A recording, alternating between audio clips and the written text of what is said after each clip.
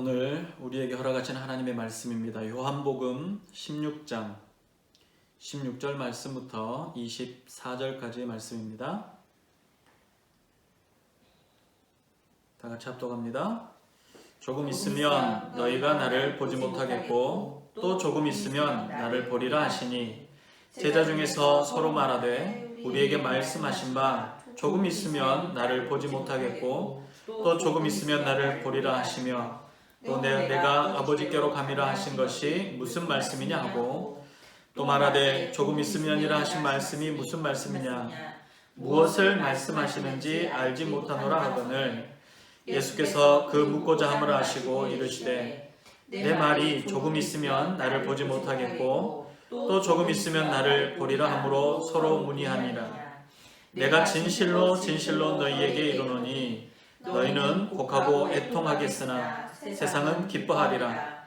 너희는 근심하겠으나 너희 근심이 도리어 기쁨이 되리라. 여자가 해산하게 되면 그때가 이르렀으므로 근심하나 아기를 낳으면 세상에 사람 난 기쁨으로 말미암아 그 고통을 다시 기억하지 아니하느니라. 지금은 너희가 근심하나 내가 다시 너희를 보리니 너희 마음이 기쁠 것이요 너희 기쁨을 빼앗을 자가 없으리라. 그날에는 너희가 아무것도 내게 묻지 아니하리라. 내가 진실로 진실로 너희에게 이르노니 너희가 무엇이든지 아버지께 구하는 것을 내 이름으로 주시리라. 지금까지는 너희가 내 이름으로 아무것도 구하지 아니하였으나 구하라 그리하면 받으리니 너희 기쁨이 충만하리라. 아멘. 전통적으로 한국이나 또 많은 나라들에서 5월은 가정의 달이라고들 합니다. 가정 또 가족의 소중함, 가치를 새기는 기념일들이 우리 한국의 기념일들에는 굉장히 많습니다. 5월달은 특별히 가족에 대한 기념일, 또 가장 주변에 가까운 또 자신에게 영향을 주는 사람들에 대한 고마운 마음을 표현하는 날들이 가득합니다. 어린이날도 있고 어버이날, 또 스승의 날이나 성년의 날, 부부의 날 등이 5월달이 한 달력 안에 다 들어가 있습니다.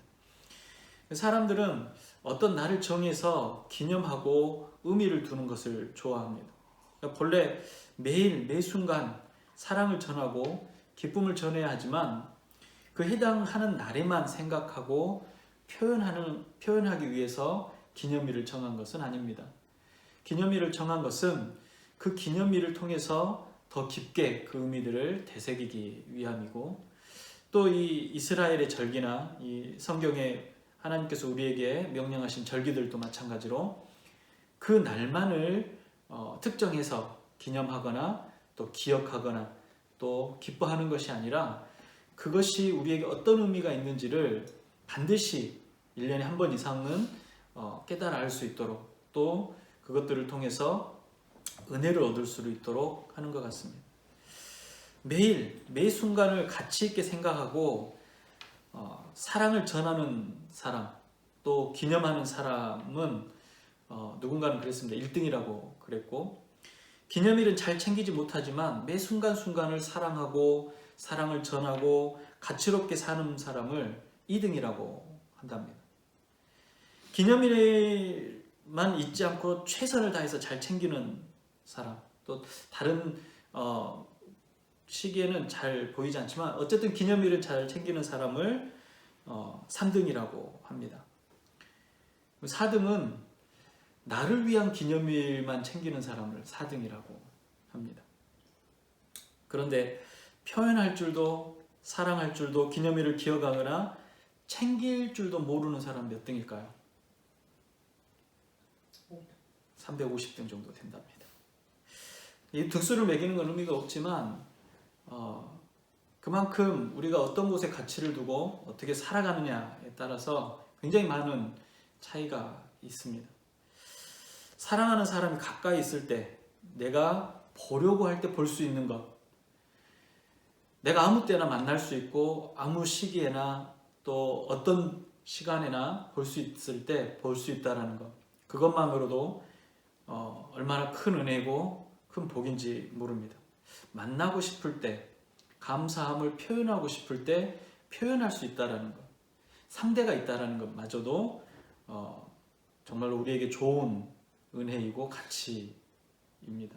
그래서 우리가 이 땅을 살아가는 동안 우리에게 있어서 중요한 존재들, 특별히 가족이나 또 스승이나 또 주변의 이웃들, 그 관계 속에서 늘 가치로운 삶을 살아가시기를 바랍니다.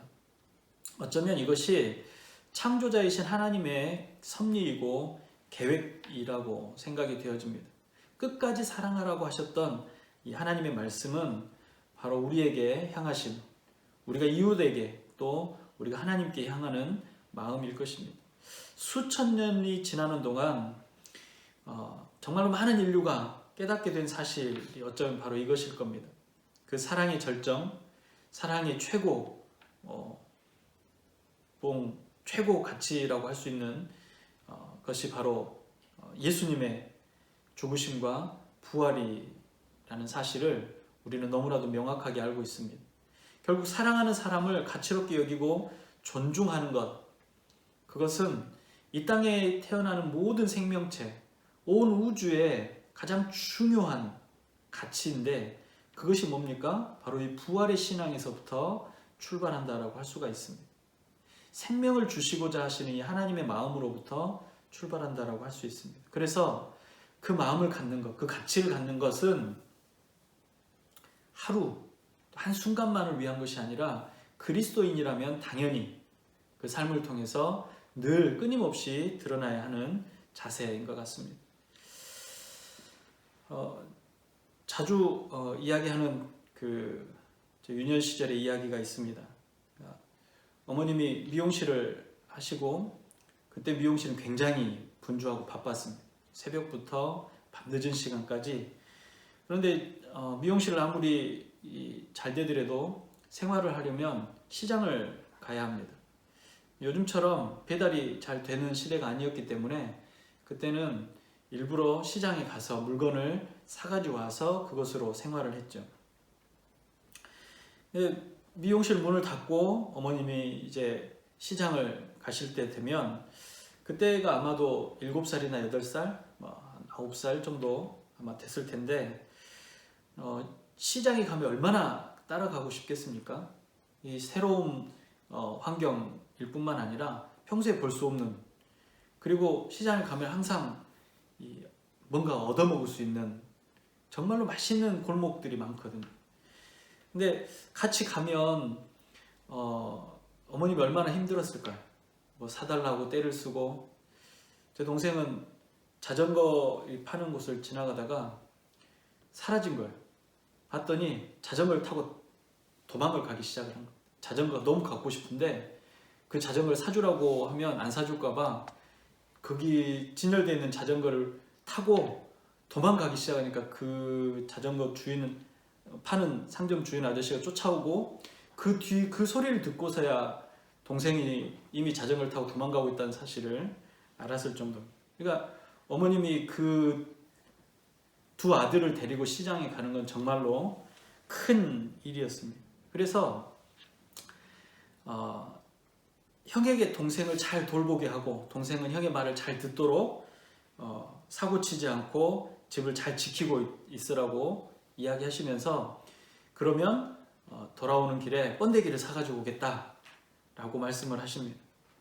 그리고 우리는 시장에서 오시는 이제 어머니를 기다리면서 잘 지내고 있죠. 평소에는 사이가 안 좋더라도 사이좋게 지내야만 한다라고 생각을 했었고, 그리고 따뜻하고 그 맛있는 짭조름한 이 번데기의 구수한 맛이 계속해서 생각이 나게 됩니다. 그래서 어머님이 이제 미션처럼 맡기고 간 산더미 같은 미용실 수건을 다 빨래 수건이면 이걸 다 개어놓고 설거지도 해놓고 청소도 해놓고 다 끝나면 미용실 셔터가 내려져 있는 문 앞에서 이제 기다립니다.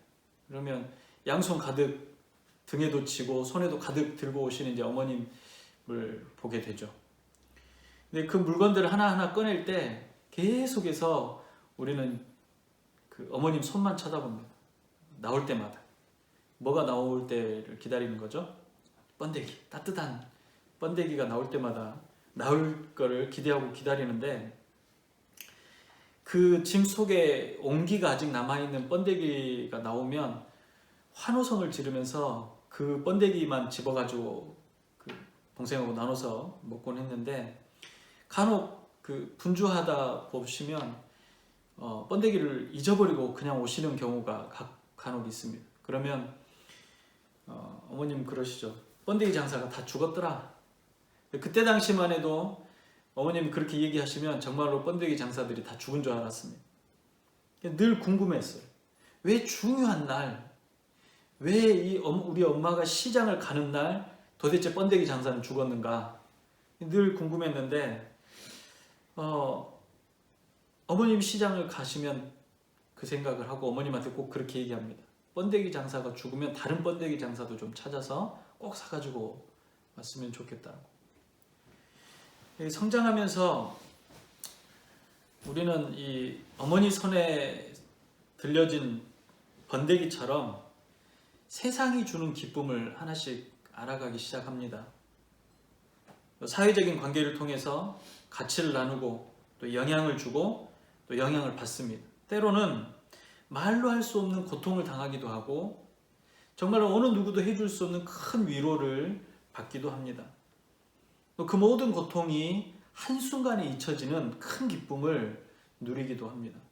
이런 경험들이 쌓일수록 우리는 이 땅에 살아가는 방법들을 익혀나가고 또 이 땅에 어떻게 살아가야 될지를 생각하고 또 심리적으로는 이런 두려움이나 고통을 겪지 않고 싶어하는 욕구가 강해지기 때문에 그런 일들을 피하기 시작합니다. 그러니까 이게 자연스러운 사람의 본능입니다. 그렇게 해서 이 시대가 발전하고 이 사회가 발전해온 거죠. 이스라엘 민족도 마찬가지입니다. 수많은 민족 중에서 하나님으로부터 유일하게 선택받은 민족, 바로 이스라엘이죠. 그러니까 하나님의 복은 이스라엘에게 향해 있고 세상은 그들을 두려워했습니다. 그러나 그 우월함과 기쁨은 오래가지 못했습니다. 나라가 두 조각으로 나뉘어졌고 각각 강력한 나라에게 멸망하고 포로와 종으로 끌려가는 수모를 겪습니다. 그 고통의 역사에 하나님의 뜻을 전하던 선지자의 글들은 오랜 시간 메시아에 대한 기대와 소망을 갖게 됩니다. 더 이상 분열하거나 다른 나라에 멸망하는 불행을 겪고 싶지 않습니다. 패전국가의 국민으로서 겪게 되는 그 어렵고 힘겨웠던 상황들, 절망적인 순간들을 더 이상 자녀들에게 대물림하고 싶지 않습니다. 선지자를 통해서 말씀하셨던 강력한 통치자로 오시는 메시아, 자신들의 모든 고통과 절망으로부터 구원해줄 구원자를 이스라엘 백성들은 정말로 간절히 기다렸습니다. 드디어 그토록 간절히 기다리던 성경이 줄곧 증언해오던 그 메시아가 나타났습니다. 세례 요한이 예수님을 보고 보라, 세상 죄를 짊어지고 가는 하나님의 어린 양이로라 라고 말합니다. 그러면서 그가 하나님의 아들이심을 증언하노라 라고 요한복음은 증거합니다. 자신의 제자들에게 말합니다. 요한의 제자였던 안드레는 자신의 형제 시몬 베드로에게도 말했습니다. 우리가 메시아를 만났다. 안드레는 베드로를 데리고 예수님께로 가서 함께 제자가 됩니다. 제자들과 함께 예루살렘으로 가던 길에 마주치던 사마리아 여인은 또 어떻습니까? 메시아 곧 그리스도라 하는 이가 오실 줄 내가 아노니 그가 오시면 모든 것을 우리에게 알려주시리라 라고 말을 합니다. 그러자 예수님께서 내가 말하는 그가 바로 나다. 내가 그라 라고 말씀합니다. 자신이 메시아 곧 그리스도이심을 밝힙니다. 그녀가 물동이를 버려두고 동네로 들어가서 사람들에게 외칩니다. 내가 행한 모든 일을 내게 말한 사람을 와서 보라. 이는 그리스도가 아니냐. 여인이 예수님을 메시아 곧 그리스도라고 외쳤고 이 말을 듣고 나온 많은 사람들, 사마리아 사람들이 예수님을 믿었다라고 말합니다. 요한복음 6장에는 오병이어로 5,000명을 먹이고도 12광주리가 넘게 남았습니다. 그래서 6장 14절에 보면 그 사람들이 예수 행하신 이 표적을 보고 말하되 이는 참으로 세상에 오실 그 선지자라 하더라 그랬습니다. 사람들이 말했던 그 선지자, 그들이 그토록 기다리던 메시아를 말한 겁니다. 제자들은 처음 예수님을 만났던 그 순간부터 예수님께서 메시아이심을 믿어 의심치 않았습니다. 그리고 예수님을 따라다니는 동안 여러 가지 표적들을 경험을 했고 그 예수님이 바로 메시아이심을 확신하게 된 겁니다. 그런데 그런 예수님께서 자꾸 자신이 죽어야 하겠다라고 말씀합니다. 조금 있으면 너희가 나를 보지 못하게 되겠고 또 조금 있으면 나를 보게 될 것이다 라고 말합니다. 이 제자들이 그 말이 이해가 안 됩니다. 조금 있으면 보지 못하고 또 조금 있으면 볼 수 있단 말은 도대체 무슨 말인가 서로 의논합니다. 제자들이 이 말을 이해할 수가 없습니다. 조금 있으면 보지 못한다라고 말하니까 예수님께서 잠깐 제자들을 놓고 어디를 가시는가, 그리고 가셨다 다시 돌아오는 것인가 라고 생각합니다. 내가 아버지께로 가겠다라고 말하니까 그러면 고향으로 가시나? 그러나 아버지는, 예수님의 아버지는, 육신의 아버지는 이미 오래전에 돌아가셨는데 도대체 어떤 아버지로 가는 것인가? 굉장히 이들에게는 어려운 예수님의 말씀입니다.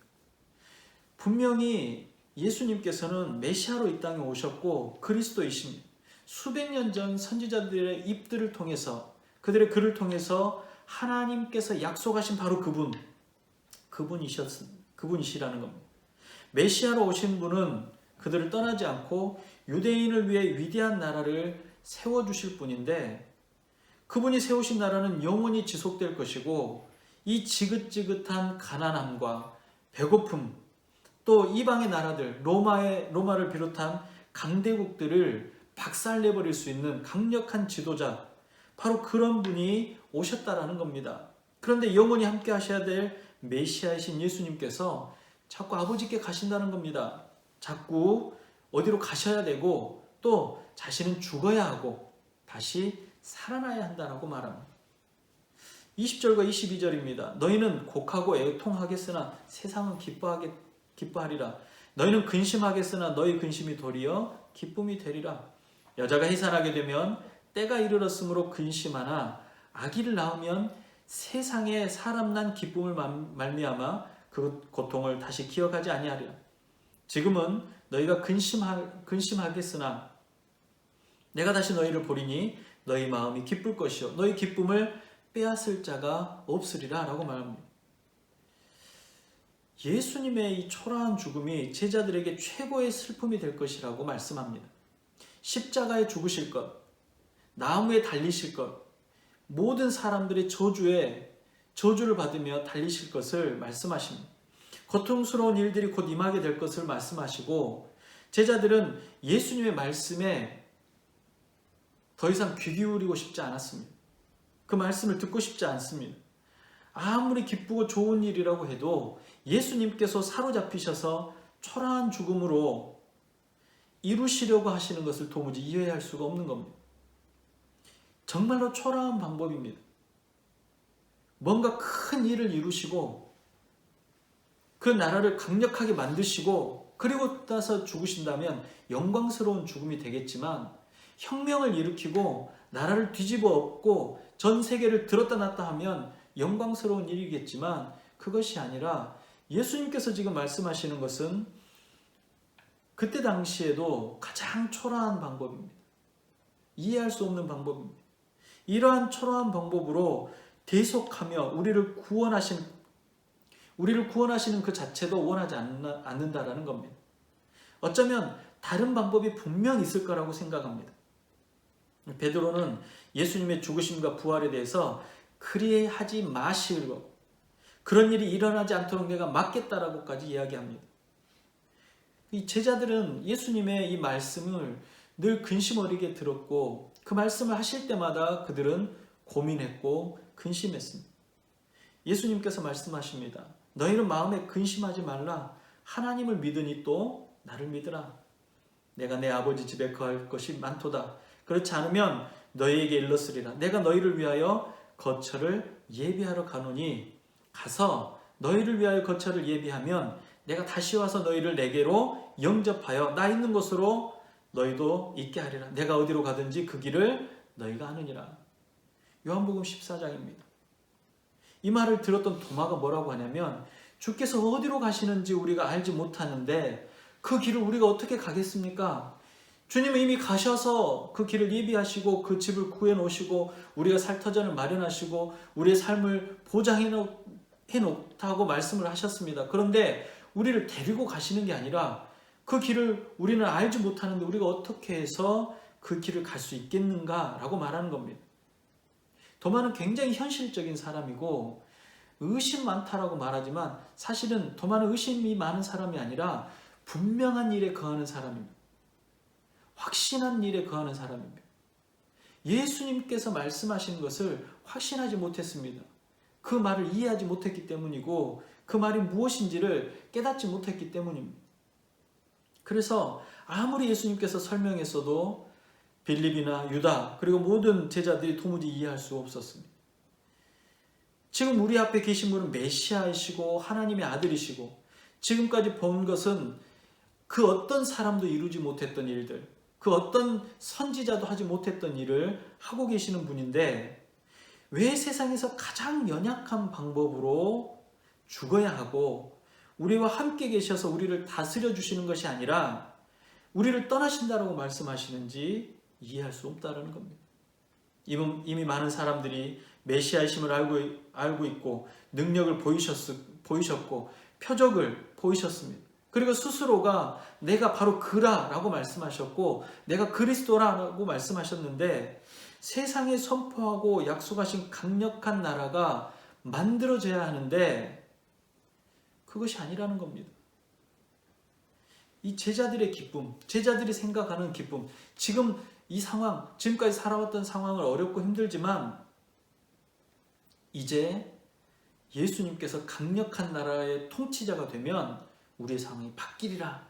그때 우리의 기쁨이 충만하리라 라고 생각을 했습니다. 그러나 이 제자들의 기쁨은 세상적인 기쁨이고 세상에 빼앗길 기쁨이라는 겁니다. 한계가 있는 겁니다. 영원할 수가 없다라는 거죠.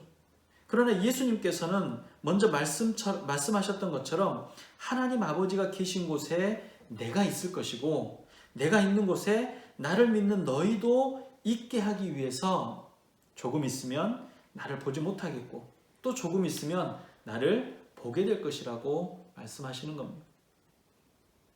우리는 성도이며 또한 그리스도인입니다.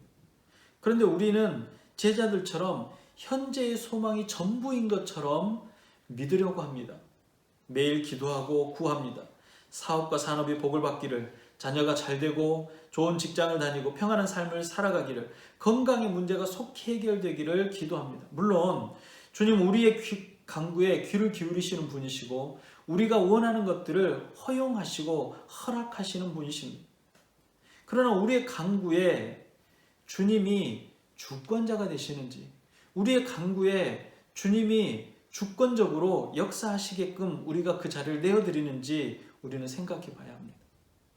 내 계획과 내 뜻을 나열하고 해결해 주시기만을 기도하지만 정작 우리가 주님의 뜻이 무엇인지, 나를 향한 하나님의 그 기뻐하심이 무엇인지에 대해서, 주님의 계획이 어떤 계획을 가지고 계신지에 대해서 귀를 막고 있지는 않는지를 생각해 봐야 한다는 겁니다. 제자들이 그들이 생각했던 메시아, 그들이 그토록 기다리고 소망하던 메시아, 그 메시아의 그 기준이 과연 하나님께서 계획하시고 하나님의 뜻인지, 예수 그리스도, 메시아로 오시는 그리스도의 계획하심인지를 생각하지 않고 자신들의 생각, 자신들의 계획만으로 바라봤던 것과 마찬가지가 아닌가라는 것입니다. 우리가 집중하고 소망하는 기쁨이 무엇입니까? 어떤 좋은 일들을, 어떤 좋은 환경을, 어떤 문제의 해결책들을 놓고 생각합니다. 육체의 유익을 위해서 높은 자리나 권세를 얻기를 위하고 많은 물질을 소유하고 평안하고 안락한 삶을 살기를 원합니다. 조금 더 좋은 차, 조금 더 편안한 삶, 조금 더 큰 집 위에 살기를 원합니다. 그래서 자꾸 물어봅니다. 왜 지금 평안할 수가 없는가? 우리가 우리에게 주어진 이 환경이 왜 감사하지 않는가? 영원한 생명과 안식이 우리에게 필요한 것은 알겠는데 지금 내 앞에 놓인 인생의 문제를 해결하고 나서 방법을 찾으면 되지 않을까라고 생각하는 것입니까? 하나님의 나라는 한참 뒤에 아주 멀리 있기 때문에 지금 이 문제, 내 앞에 닥친 이것을 먼저 해결해야 된다라고 생각하는 것은 아니냐는 겁니다. 그러나 하나님의 나라는 예수님께서 말씀하시는 기쁨의 날, 해산하는 여인의 기쁨은 예수님께서 죽으시고 부활하셔야만 이루어지는 것입니다. 예수님께서 약속하신 성령님의 강림하심으로 우리의 영안이 열리고 우리 안에 그 기쁨이 충만케 되는 겁니다. 그 날에는 너희가 아무것도 내게 묻지 아니하리라. 왜요? 궁금한 게 없기 때문에. 이미 알게 되기 때문에. 경험하게 되기 때문에. 그 날이 오게 될 거라는 겁니다. 그들이 왜 그토록 주님이 이 땅에 계시면 안 되는지를 성령님 오신 이후에 알게 될 것이라는 겁니다. 그들이 하나님의 나라에 예수님의 품에 안겼을 때 알게 될 것이라는 겁니다. 주님의 부활과 성령의 강림 이후에는 진리의 영의 인도하심이 하나님의 나라의 진리를 깨닫게 만드십니다. 그래서 이전처럼 예수님께 인간적인 이유를 들어서 묻지 않게 됩니다. 예수님의 죽으심과 부활은 끝이 아니라 시작입니다. 이미 죽으셨고 이미 부활하셨기 때문에 예수님께서 이미 말씀을 이루셨기 때문에 우리는 더 이상 그 문제를 왜 예수님께서 이 땅에 계시지 않고 하나님께 가셔야 하는지, 왜 예수님께서 잠깐 우리에게 계셨다가 이제는 계시지 않는지를 알 수 있다라는 겁니다. 그것은 우리가 우리의 개념이, 우리의 가치가, 우리의 목표가 이 땅이 아니라 하나님의 나라의 시선을 고정시키라는 것입니다. 그래서 이제부터는 하나님께 구할 때 예수님의 이름으로 구하라고 말합니다. 그 이전에는 세상의 소망이나 세상에 구하는 것들이 누구에게 구해야 할지, 어떻게 구해야 할지 모르는 시대였습니다. 그들은 바알에게도, 그들은 아세라에게도 그들의 풍요를 위해서 구하고 구했습니다. 하나님께서 가장 싫어하는 일이지만 그것들이 자신들을 행복하게 해줄 거라고 생각했습니다. 그러나 그들이 구하고 구했던 것들은 잠시 잠깐이에요. 사라지는 거죠. 그들을 멸망으로 인도하는 것들이었습니다. 그래서 예수님의 이름으로 구하라는 것, 성령님이 우리에게 깨닫게 하시고 그 안에서 구하게 되는 것은 영원한 것, 사라지지 않는 것, 우리에게 가장 필요한 것이 사실입니다. 그런데 제자들은 그 말씀을 듣는 순간에도 근심합니다. 메시아로 믿고 따르던 예수님께서 초라한 모습으로 죽으실 것을 자꾸 말씀하시고 그들이 생각했던 메시아의 영광스러운 모습을 포기하려고 하셨기 때문입니다.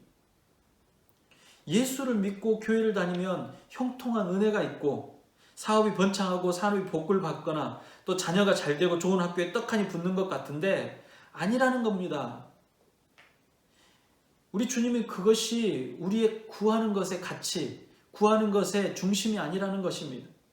예수를 믿으면 인생의 꽃길을 걸을 것 같지만 예수를 믿는 순간 우리에게는 고난이 오고 고통이 오고 슬프고 근심된 일이 오게 될 것이라고 말씀합니다. 그러나 이제 세상에 고정되어 있는 눈을 들어서 하나님의 약속을 바라보면 그러한 일들이, 그러한 고통이, 그러한 슬픔이, 고난이, 아픔이 더 이상 고통이나 아픔이나 슬픔으로 머물러 있지 않고 기쁨으로 바뀌게 될 것이라고 예수님께서는 말씀합니다. 이미 예수님께서는 죽으셨고 사흘 만에 부활하셨습니다. 제자들에게 부활하심을 보이시고 재림을 약속하시고 승천하셨고 성령님을 보내주셨습니다. 세상이 우리의 고난을 즐거워하고 우리의 애통함을 기뻐하고 우리가 근심하겠지만 우리의 이 근심은 기쁨이 될 것이라고 말씀하셨고 과연 예수님이 잠깐 이 땅에서 안 계시는 그 고통스러운 일, 그 초라한 죽음이 우리에게 더 이상 슬픔이며 고통일 이유가 없다라는 겁니다. 부활의 주님이 오늘 이 자리에 오셨기 때문입니다. 조금 있으면 너희가 나를 보지 못하리라. 너희는 근심하겠으나 그 근심이 변하여 기쁨이 되리라. 너희 기쁨을 빼앗을 자가 없으리라. 그 빼앗기지 않는 기쁨이 우리 안에 있는지를 우리는 늘 생각해야 됩니다. 우리 주님이 잠깐 십자가의 고난을 당하셨지만 영원토록 우리와 함께 하시는 방법이 그 안에 있었다는 사실입니다. 그래서 2000년 이후에도 수많은 사람들이 예수님을 만나고 예수 그리스도의 기쁨을 누리고 이 땅을 살아갈 수 있게 됐다는 겁니다. 세상에는 슬픔과 고통만이 존재할 수밖에 없었습니다. 잠깐의 기쁨이 있지만 그 기쁨이 영원할 수가 없었습니다. 그것은 우리에게 들어온 죄 때문이고 그 죄의 문제를 해결할 수 없었기 때문인데, 예수님이 오신 이후에, 예수님이 죽으신 이후에, 예수님께서 부활하신 이후에는 우리에게 이 영원한 숙제인 죄의 문제가 해결되어 기쁨을 누릴 수 있게 됐다는 겁니다. 빼앗길 것이라면 세상의 것이고 육체적인 것, 육적인 것이라는 겁니다. 우리의 육체가 거짓되고 우리의 육체가 부정하다는 것이 아니라 하나님의 기뻐하심이 아닌 세상의 것들을 말하는 겁니다. 눈을 들어서 부활하신 주님을 우리는 바라봐야 합니다. 세상의 무게, 근심, 고통에 신음하는 당신의 백성을 위로하시는 분이 바로 메시아이시는 예수 그리스도이십니다. 새 힘을 주시고 다시 일어서서 힘차게 살아갈 수 있는 담력을 주시는 분도 바로 주님이십니다.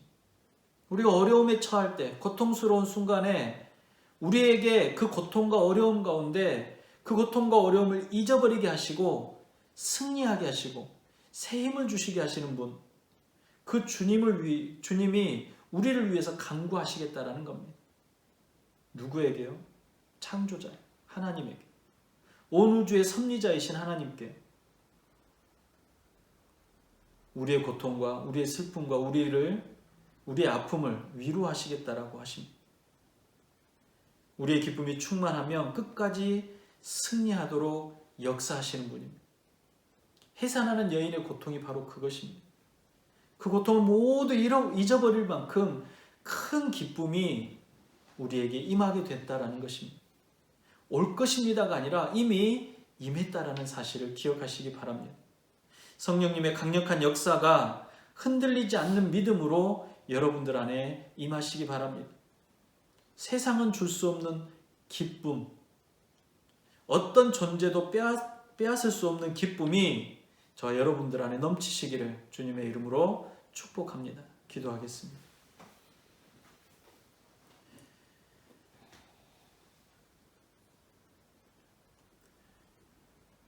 이 땅에 기쁨으로 오신 우리 주님, 감사와 찬양을 드립니다.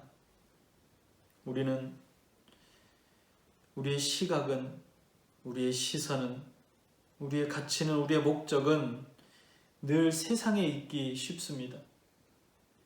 세상이 말하는 가치로운 일들을 향해 달려가기 쉽고 세상이 말하는 중요한 일들의 마음을 뺏길 때가 많습니다. 그러나 인생의 가장 중요한 목적이 바로 하나님을 영화롭게 하는 것인데, 세상의 것들을 쫓아서 어떻게 우리가 하나님을 영화롭게 할 수 있겠습니까?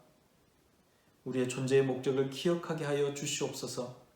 이 땅의 삶으로 존재해야 되는 이유를 기억하게 하여 주시옵시고, 우리의 삶이 하나님의 능력이 될 수 있도록 허락하여 주시옵소서. 그런 중에 세상이 우리를 향한 핍박이나 고통이나 또 슬픔이나 아픔들이 우리를 침몰하고 우리를 무너뜨리지 못하도록 보호하여 주시옵시고, 우리에게 다시 쓰러질지라도 다시금 일어설 수 있는 용기를 주시고 다시 한번 해낼 수 있는 담력을 허락하여 주시옵소서. 주님, 우리와 함께 하신다라고 하시고 영원토록 함께 하시는 능력의 주인이라고 하셨사오니 아버지 하나님, 이 순간도 우리에게 힘 주시고 능력을 주시옵시고 죽음에 이르는 그 순간까지 한순간도 주님과 떠나지 않도록 허락하여 주시옵시며 주님 만나는 그 순간까지 주님의 기쁨이 되는 삶을 살아갈 수 있도록 허락하여 주시옵소서.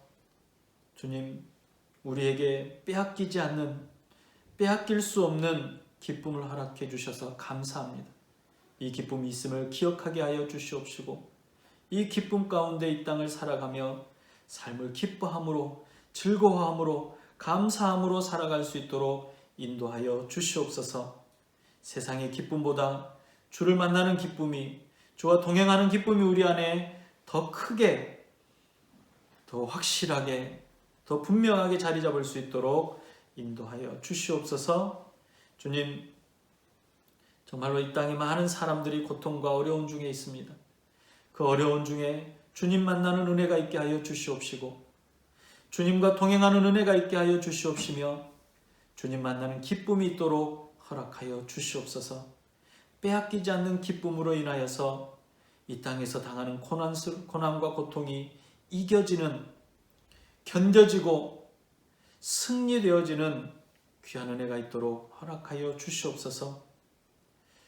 배고프고 힘겹고 아픈 자의 보호자가 되시며 아버지 되시는 우리 구주 예수님의 이름으로 감사하며 기도합니다.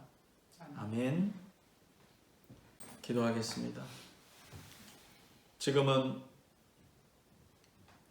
기쁨의 본체가 되시는 우리 구주 예수 그리스도의 은혜와 하나님 아버지의 무한하신 사랑하심과 성령님의 감화, 감동, 위로, 교통 충만케 하시는 은혜가 반석 위에 단단하게 세워진 집처럼 우리 주님만이 우리의 기쁨이 되심을 기억하고 하나님의 나라에 소망을 두며 이 땅에 가치로운 일, 세상이 즐거워하는 일이 아닌 주님의 시선과 주님의 기쁨 위에 살기를 다짐하는 주의 모든 백성들의 머리 위에와 각 가정과 지역 위에 지금 이 순간에도 고통스러워하고 아파하는 모든 이들 머리 위에 이제로부터 영원토록 함께 있을지어다. 아멘.